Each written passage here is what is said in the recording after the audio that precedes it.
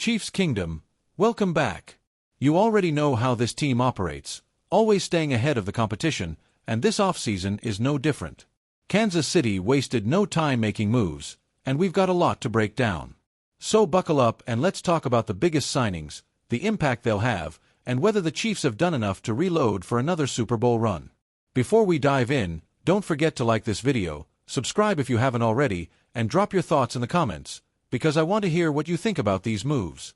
Let's start on the defensive side of the ball. The Chiefs kicked off free agency by signing defensive tackle Jerry Tillery to a one-year deal. Now, you might remember him from his time with the Chargers and Raiders. He's never been a superstar, but at 6 feet 6 inches and 295 pounds, he brings size and depth to the defensive line. But here's the real question. Does Tillery actually move the needle for this defense? Steve Spagnuolo loves rotating his defensive linemen, and having a veteran with playoff experience could be a smart insurance policy. With Chris Jones anchoring the line and guys like George Karlaftis and Charles Omenihu continuing to develop, this move adds some needed depth. Fire your turn. Will Jerry Tillery be a key piece in this defense, or is he just another rotational guy? Drop your take in the comments. Alright, Chiefs Kingdom, this next move got everyone talking. Kareem Hunt is back in Kansas City. That's right, the same Kareem Hunt who led the NFL in rushing as a rookie in 2017 before his time with the Chiefs was cut short. But here's the big question. What does this mean for the offense? The Chiefs already have Isaiah Pacheco, their high-energy bruising back, and they just signed Elijah Mitchell, a speedster who adds another dynamic element to the run game. So where does Hunt fit? He's no longer the explosive runner he once was, but he still brings power and versatility. He's a strong pass catcher out of the backfield, something Andy Reid loves in his system. He could take over Jerick McKinnon's old role as the third down back and pass protector. Police car light, but does Hunt's return mean the Chiefs won't draft a running back? The 2025 draft class is stacked with RB talent, and we know Brett Veach can find gems late. Just look at Pacheco. So let's settle this debate right now. Do you approve of Kareem Hunt's return?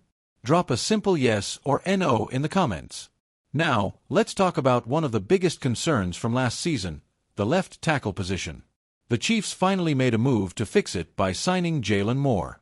If you watched the Chiefs' offensive line last season, you know it wasn't always pretty. Constant rotation and instability at left tackle put extra pressure on Mahomes, especially in big moments like the Super Bowl. So, what does Moore bring to the table? White heavy check mark, he was a 3-year starter at left tackle in college. White heavy check mark, he spent time learning from one of the best in the game, Trent Williams. White heavy check mark, he knows the West Coast offense, meaning he won't need a major adjustment period. But here's the real question. Is Moore the long-term answer, or just another stopgap solution? Speech Balloon Chiefs Kingdom, I need your take. Is Jalen Moore the fix at left tackle, or do we still need more help? Drop your answer in the comments.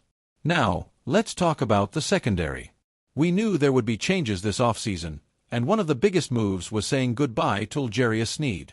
To fill that hole, the Chiefs signed Christian Fulton from the Titans. Fulton has shown flashes of being a high-level corner, solid coverage skills, physical play, and a willingness to help in the run game. But let's be honest, injuries have been a big concern. Here's why this move is interesting. With Sneed gone, there was talk that Trent McDuffie might have to play outside full-time. But bringing in Fulton means McDuffie can stay in the slot, where he dominates. Fulton is a perfect fit for Steve Spagnuolo's aggressive, press-heavy scheme, if he stays healthy. Now, let's get real. Is Fulton good enough to make up for losing Sneed?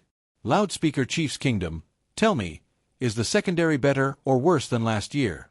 Drop your answer in the comments. Now, let's talk about the most underrated position on the roster, backup QB.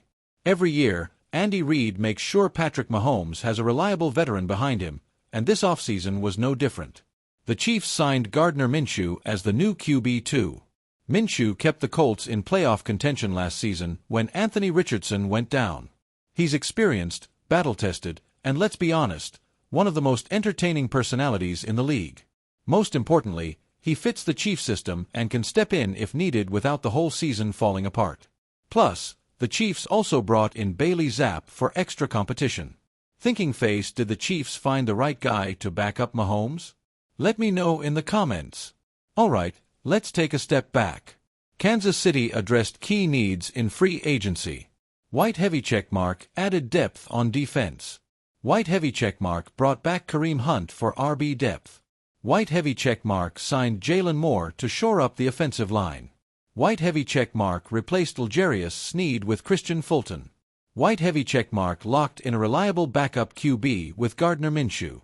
But did they do enough? Fire Chiefs Kingdom, it's time to grade Brett Veach's off-season moves. Drop your grades in the comments. A, B, C, or lower. One thing's for sure, this team isn't done making moves. The NFL draft is right around the corner, and you know Veach has something up his sleeve.